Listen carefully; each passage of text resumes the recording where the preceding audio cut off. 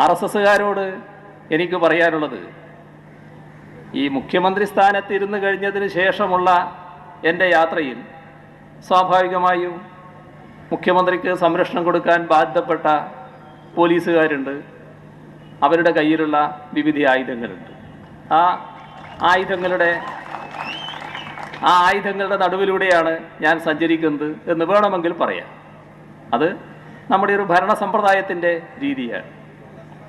പക്ഷേ എനിക്ക് RSSകാരോടും എന്നെ വെല്ലുവിളിച്ചവരോടും പറയാനുള്ളത്, പിണറായി വിജയൻ എന്ന ഞാൻ ഒരു ദിവസം രാവിലെ പെട്ടെന്ന് മുഖ്യമന്ത്രി കസേരയിൽ ആകാശത്തുനിന്ന് പൊട്ടി വീണ് ഇരുന്നയാളല്ല.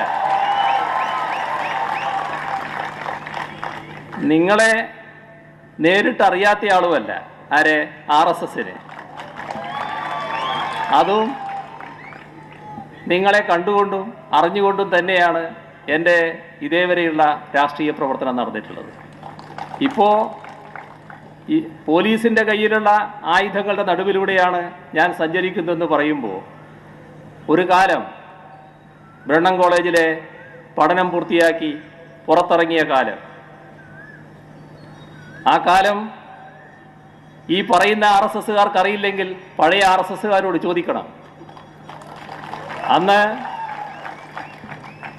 നിങ്ങളുടെ കയ്യിലുള്ള ഊരിപ്പിടിച്ച കത്തിയും ഉയർത്തിപ്പിടിച്ച വടിവാളുകളുടെയും നടുക്കുകൂടെ തന്നെ ഞാൻ നടന്നു പോയിട്ടുണ്ട്.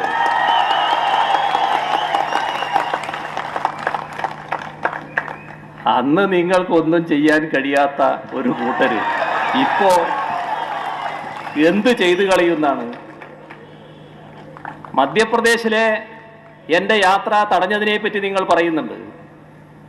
ഒരു മുഖ്യമന്ത്രി സ്ഥാനത്തിരിക്കുന്ന ഒരാളെന്ന നിലക്ക് ഒരു സംസ്ഥാനത്ത് ഞാൻ ചെല്ലുമ്പോൾ ആ സംസ്ഥാനത്തിലെ ഗവൺമെൻറ് പറയുന്ന കാര്യങ്ങൾ അംഗീകരിക്കുക എന്നത് ഒരു മര്യാദയാണ്. അതൊരു മുഖ്യമന്ത്രി സ്വീകരിക്കേണ്ട മര്യാദയാണ്. ആ ഗവൺമെൻറ് പറഞ്ഞു അങ്ങോട്ട് പോകാൻ പാടില്ല എന്ന്. ഞാനതനുസരിച്ചു. മുഖ്യമന്ത്രി അല്ലാത്ത പിണറായി വിജയനാണെങ്കിൽ ഇന്ദ്രചന്ദ്രന് എന്നെ തടയാനാകില്ല എന്നത് നിങ്ങൾ മനസ്സിലാക്കിക്കൊള്ളണം.